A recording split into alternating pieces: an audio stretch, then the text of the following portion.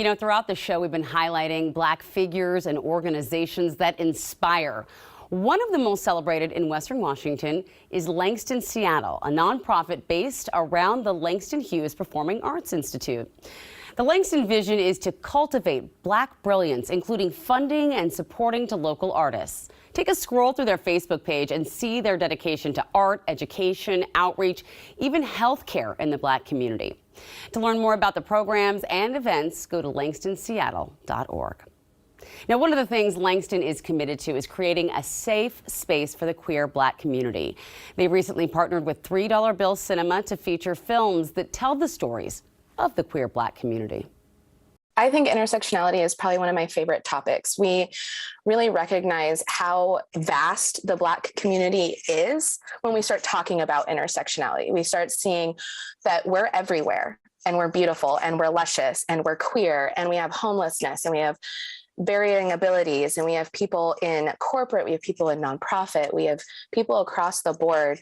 And intersectionality allows us to see just how beautiful that makes us all, but also how important it is to recognize that without all of these parts, we cannot create change, we cannot come together. It allows for many of us to create community in a variety of spaces, but also hold and honor our differences at the same exact time. Intersectionality, especially within queerness, really starts to highlight our differences that then overlap, right? We are all this entire web of humans across this beautiful space. Yeah. The queer community is very diverse. When it comes to the Black queer community, what should people think about? That there's not just one answer for any of us, that there's a lot to learn. Not any one person's going to be able to tell you exactly what it is like to be Black and to be queer, which really opens up the opportunity for us to build out and talk about what it means to celebrate who we are, and also talk about where we're able to invest additional resources, invest additional conversations, and really be able to elaborate on where are we able to be? Where are we able to really take power and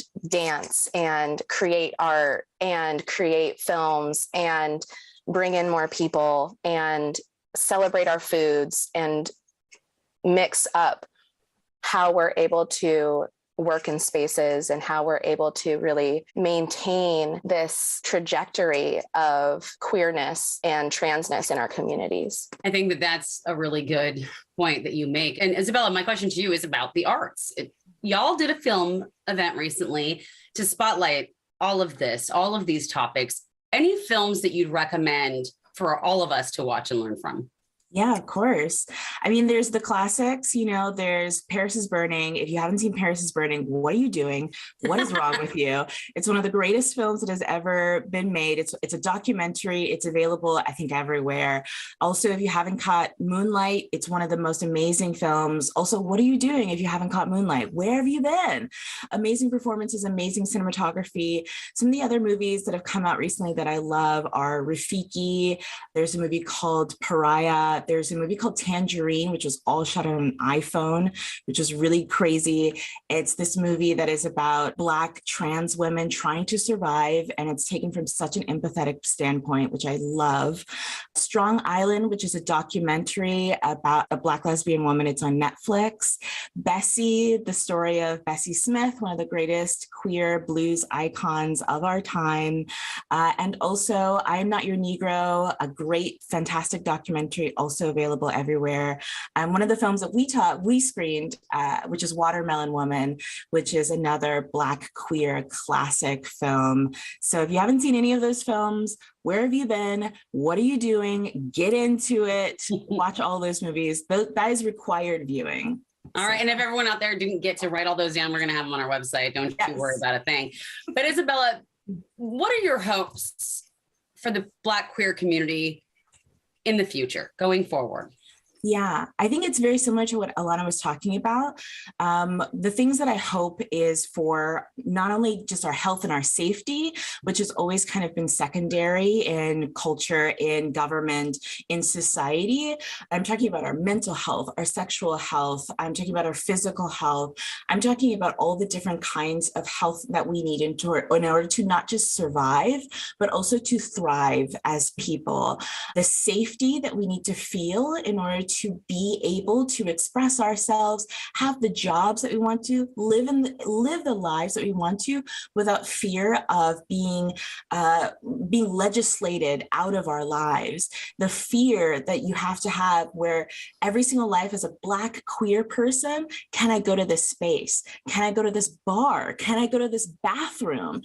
Every single section of your life is lived in such fear. And I wish for us to be free of fear. I wish for us to be able to live authentically, beautiful, big, open, wide lives, because so much of our culture is based on queerness. Your fashion, your music, your dance moves, your lingo, your TikTok, all of that comes from Black queer culture. And we want the same kind of love that you give to our culture, to our vibraciousness, to our vibrancy, to drag queens, to our all that stuff. We want that same love that you give to what we give you. We want that back. And that's where Alanna was talking about with investments.